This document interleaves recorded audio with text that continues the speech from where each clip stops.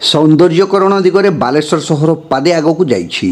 सहरर तीनोटी प्रमुख स्थान में उद्घाटित होइछि वाटर फाउंटेन। एथिपाई खर्च होइछि 23 लाख टंका। स्थानीय फकीरमोहन गोलेई प्रथम फाउंटेन को सदर विधायक मानस कुमार दत्त और पौर अध्यक्ष सबिता साहू मिलित भाव उद्घाटन करथिले।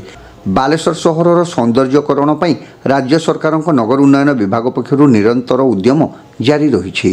एही क्रम में स्वच्छ भारत मिशन अनुदान जरिया तीनोटी अति आकर्षणीय वाटर फाउंटेन निर्माण करा जायछि। आगामी दिन में एहिभଳି अनेक प्रकल्प हाथ को नियाजियो बोली विधायक श्री दत्त प्रकाश करिसेंति।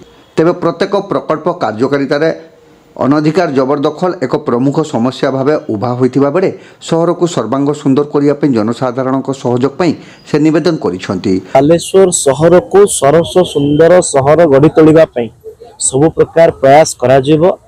आज सही परिप्रेक्षी रे छोटिया प्रयास टे जो आपनकर फकीरमोहन गोलेई आमर पुलिस लाइन छकर कंडेई छक आउ शहीद पार्क सिनेमा छक ये तीनटारे वाटर फाउंटेन न्यू डिजाइन रो टिके मनोरम लोकों को जमती लागिवो से भले भाव आज यार लोकार्पण करा जायछि।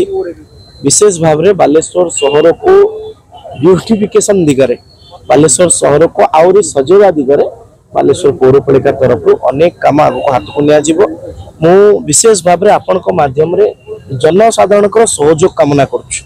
विशेष भाव रे आपण जानिचंती आमे जोटी भी कोनोसी सरकारी काम को आगे जाउछु हमको बाधा आसुची एनकरेजमेंट तो मु अनुरोध करूछु हम जनसाधारण मानन को कि बालेश्वर सहर को आउ एक पद आगो नवा पई समस्त सहयोग रे हाथ बढ़ांतु।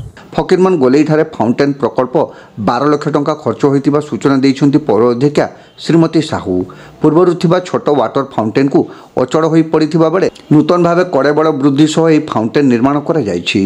वाटर फाउंटेन सह फकीरमोहन गोलेईर मध्य स्थल को सबुदिनिया रंगीन आलोकमाड़े सुसज्जित करा जायथिबा पौर अध्यक्षा श्रीमती साहू कहिसंती। आज वाटर फाउंटेन तीनटा हमर जोटा म्युनिसिपालिटी एसबीएम ग्रांड रो तयारी होइतिला आज शुभ दिया जाउची। गोटे होची फकीरमोहन गोलेई रे आज वर्तमान शुभ दिया हला। एटा होची उद्घाटन करा हला। ए होची 12 लाख टंकार अमाउंट रो एसबीएम ग्रांट रो हमर सौंदर्यकरण पई एटा करा हिची। बालेश्वर टाउन जेंति सुंदर लागिवो सहर सौंदर्यकरण वृद्धि हबो सही सकाशे एटा होची सरकार ला योजना थिला। आमे मध्य एटी करिया पई बहुत दिन चेष्टा करथिलु।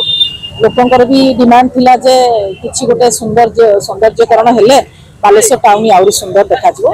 तेनु एटा होची प्रथम एटा आज उद्घाटन हिची।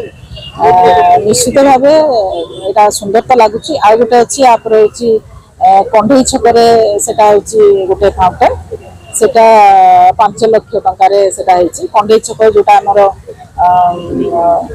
म्युनिसिपालिटी रो कार्यकला जो दुटा कंढई अछन सेही छकर सेटा होची।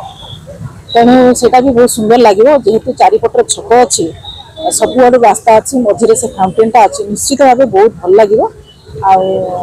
समस्ते सजेसन देते तेणुक से जगार आम सिलेक्ट कलु बहुत भल लगे। ये सौंदर्यकरण को निश्चित भाव आहरी बढ़ेब बोली मोर आशा। 5 लाख टंका खर्च में निर्मित द्वितीय वाटर फाउंटेनटी उद्घाटित होइथिला स्थानीय पुलिस लाइन निकट कंडेई छक ठारे। विधायक श्री दत्त और पौर अध्यक्षा श्रीमती साहू समेत पौर परिषद काउंसिलर माने उपस्थित रही एही फाउंटेन को उद्घाटन करथिले। कंडेई छक ठारे वाटर फाउंटेन निर्माण पई निष्पत्ति को स्वागत सह स्थानीय काउंसिलर संजीव दास विधायक और पौर अध्यक्षा को कृतज्ञता जणाइछंती।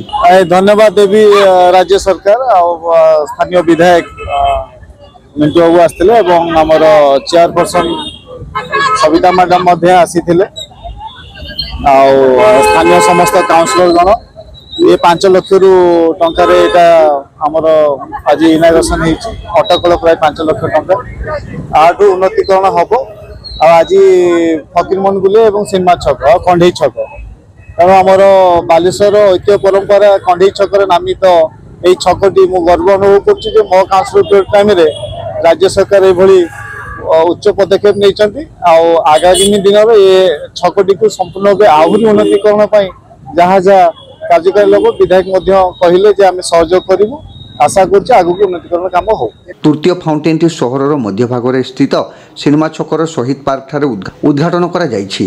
एथिपई 6 लाख टंका खर्च होइतिबा पौर अध्यक्ष श्रीमती साहू सूचना दैछन्ति।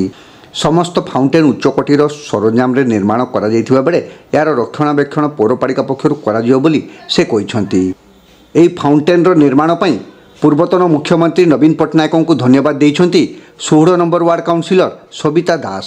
जेहेतु एटा हमर पूर्वतन मुख्यमंत्री थिला बेले नवीन पट्टनायक सारे आमे एटा रिक्वेस्ट करथिलु जे हमर बालेश्वर शहीद पार्क ठारे वाटर फाउंटेन करबा पई काहेकि ना हम बालेश्वरवासी सब उपभोग करिवे आनंद नेबे सेतिपई आज सेटा उद्घाटन होईची बहुत आमे खुशी बहुत आनंदित भी काहेकि ना ये सब आम पूर्वतन मुख्यमंत्री नवीन पट्टनायक द्वारा ये काम होईची प्रोजेक्टटा पास भी होईची आज सेटा उद्घाटन होईची सेतिपई बहुत खुशी आमर नवीन पट्टनायक सार को धन्यवाद देबी कहीं जे पूर्वतन जो मुख्यमंत्री थिले से प्रोजेक्टटा पास होइतिला एटा पुराना काम एबे उद्घाटन होईची। अन्यमानक मध्य पौर परिषदर काउंसिलर सत्यशिव सुंदर दास, रंजिता महापात्र, सलीमा बीबी, प्रीतिलता सेठी, शोभा महापात्र, सबिता दास प्रमुखों सह पौरपालिका कार्यनिर्वाही अधिकारी निर्लिप्ता दास, पौर इंजीनियर सीमांचल मिश्र एवं बहु विशिष्ट व्यक्ति यह अवसर में उपस्थित रही। पौरपालिका कर्मचारी माने समस्त कार्य परिचालना करथिले।